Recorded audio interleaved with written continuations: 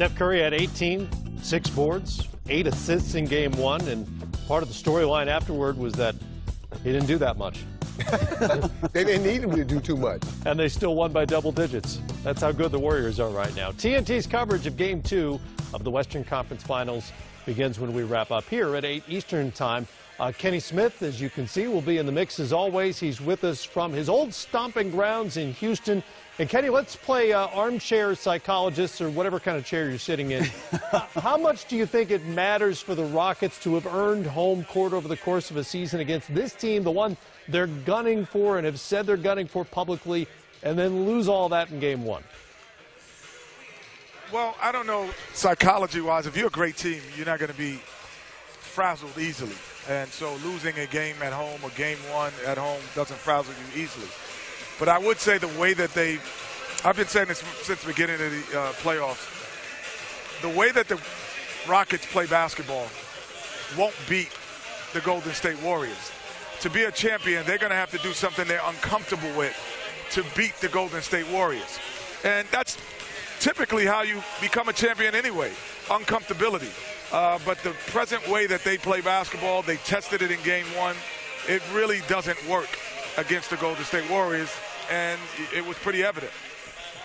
Kenny, if Mike D'Antoni's going to stay true to who they've been all year, and obviously the other day he got pretty hot about the fact that this is who we are and we're going to stay this way. Are there smaller adjustments you think he can make and things he can do within the framework of the way they like to play to make things more difficult on Golden State? Well, it is who you are to get here, but you know, in years past, every champion has changed up something that they might have been comfortable with. Very few teams go through a series of playoffs 13-1, and yes, there are things that they could do specifically. You know, I thought from the door, the pick and roll with the center and the point guard, or the center and the two, would not work. Because when you switch off, Draymond Green and Kevin Durant are accustomed to playing perimeter defense because they're really guards by heart. And they just, size-wise, they can play inside. So you're going to have to abandon some of that or not have a steady diet of that. You have to have more dribble penetration, which they can do. They have the talent to do it.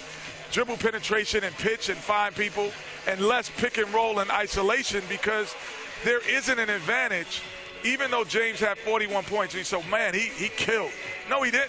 He didn't kill in the moments that they needed baskets, because they had a lot of 24-second violations. And when those scores went up 8 or they were trying to win, they couldn't get over the hump in those moments. And that is what a defensive team does. And so, yes, they can be who they are, but they have to do it differently.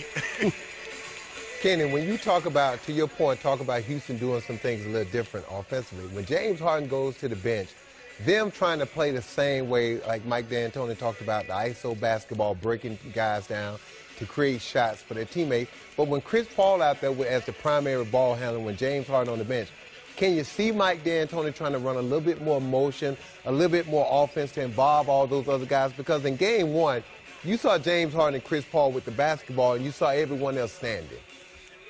Well, if you think about that team last year, they did play a different way.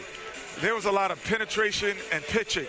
So James Harden was much more of a facilitator for others throughout the game. But with Chris Paul here, he doesn't have to do that as much, because on the isolation, he takes his rest and would let Chris isolate.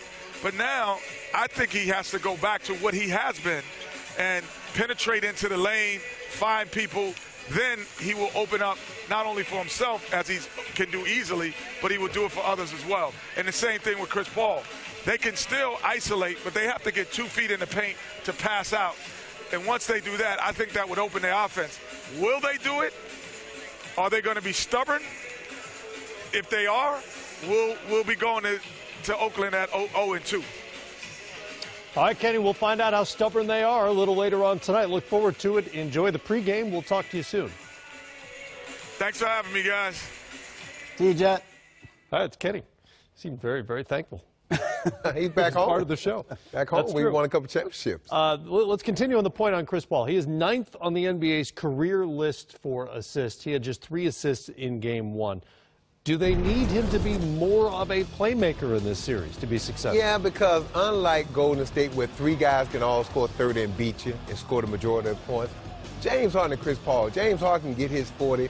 Chris Paul is not the guy when you think of a guy that can go out and get you 35, 40 points. A great game for Chris Paul would be 22, 23 points, 10, 11 assists, 5 or 6 rebounds when he's getting other guys involved. And I agree with Kenny. Look, Chris got to use the ability on the switches to break guys down, but when he get in the paint, that's when you got to get easy baskets and shots for Ryan Anderson, Gordon, P.J. Tucker, Trevor Ariza.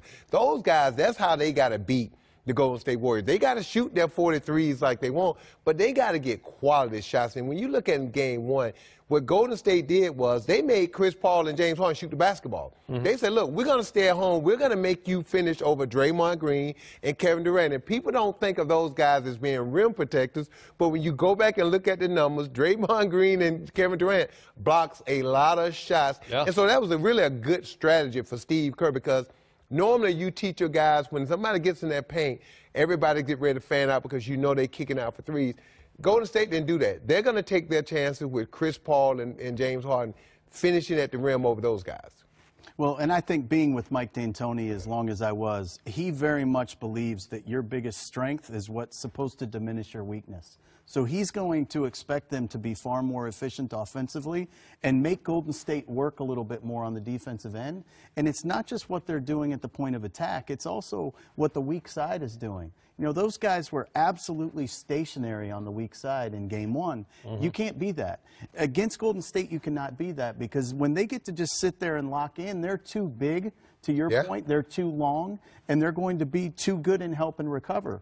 But if you just occupy them with an exchange of your guards, if your wings are moving side to side and you occupy them, if you run the baseline side to side, you've got to do something to break up the fact that they are completely locked in on you and the ball handler. And I think you'll see him do more of that weak side action and still let them be as ISO dominant. And Golden State didn't take the bait. If you watch, Houston kept trying to get Steph Curry to switch on Chris Paul and James Harden, which they did. Steph Curry worked. Did they score some baskets?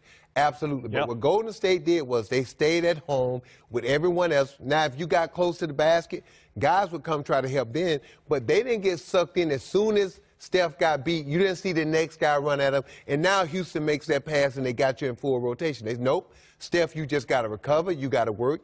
Make them take tough shots, because they're not going to let those other guys get going making threes. Because Golden State just gets easier baskets over the course of a game, it seems to me that if Houston is even with or a negative in terms of made threes in this series, they've got no chance of winning a 7-game series against the Warriors.